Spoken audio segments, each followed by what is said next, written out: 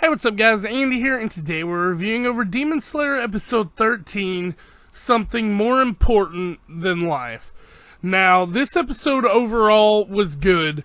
I feel like the whole fight with the demon was a little bit, pushed, and I don't think Tanjiro should have been able to do this on his own considering his injuries.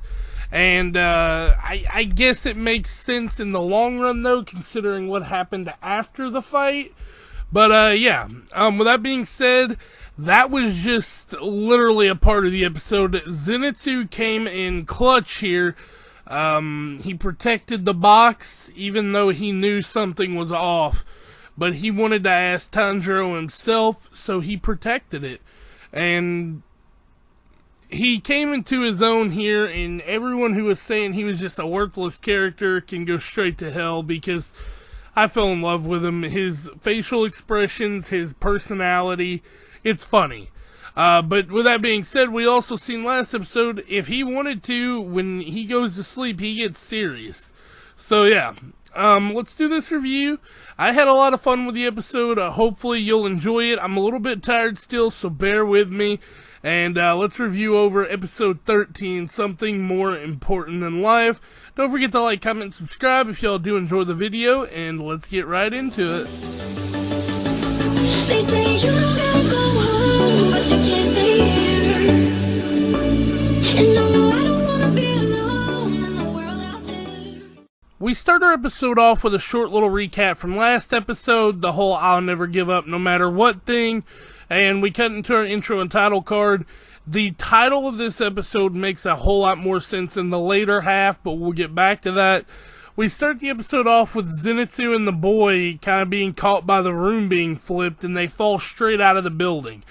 And that's all we see of them until later on, because we cut back over to Tanjiro fighting the demon. And this was a really cool line. He goes, "It's no good. Spirit alone is not going to get me anywhere. I got to use my head, not just spirit." Kind of the typical anime trope, you know, power is in yourself thing. It kind of goes against it, but he just couldn't give a shit less about Tanjiro. He's just concerned about, you know, becoming one of the 12. I mean, that's all he cares about anymore, and he's lost all control of everything, you know? He's like, I've got to reclaim my place amongst the 12, and Lower Moon 6, I guess, is like the division for the lower ranked than the 12, or he was a part of the Lower Moon, which is the higher tier. But we find out a little bit of his backstory here. I wasn't sure if he was a writer or a musician, but whoever he was with here pretty much told him, you know, every last word of this is utter trash, you're garbage, and then he went demon and killed him. And then that's when Tanjiro starts figuring out his moves.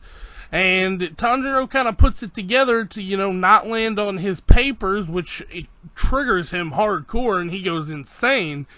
So he uses ninth form, Splashing Water Flow Turbulent.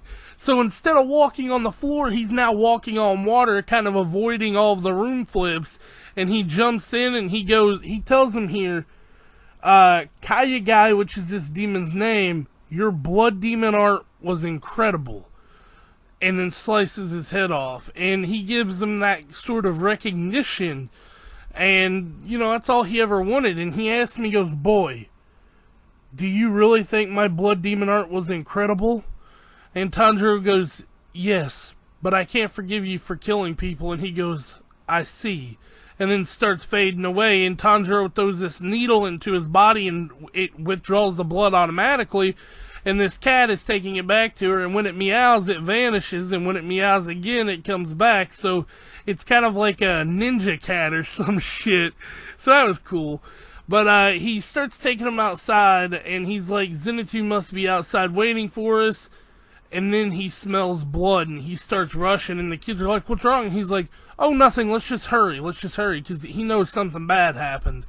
And he walks out here, and Man Bear Pig is attacking Zenitsu, who is protecting the box, and he goes, "Draw your sword and fight me, you spineless punk." That's when we got this scene.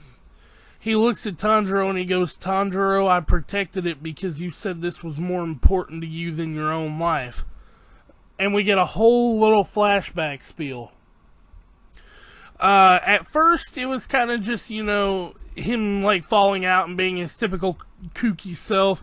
He's like, oh, okay, I'm fine. And he goes, yeah, but we fell 2 stories. And he looks at his hand. He's got blood on his hand. He goes, my head's starting to spin. And he's like, you're bleeding from the head. And that's when Man Bear Pig runs out here.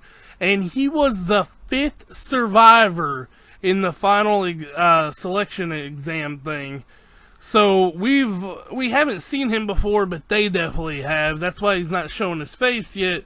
And he tells them, he's like, hey, you're not getting to this box. Alright? And he's like, why? There's a demon in there, we gotta kill it as a part of the Demon Slayer Corps. And he tells them, in this world, everything has a sound, even when it's not making noise. And Tanjiro's just so kind, and I knew he was, riding with a demon from the start. So I've got to protect it to ask him himself, and that's when, we cut back to, and Man Bear Pig is just like, I'll just skewer you along with the box if you don't move. If you're not going to fight me and you're not going to, move, I'm killing you.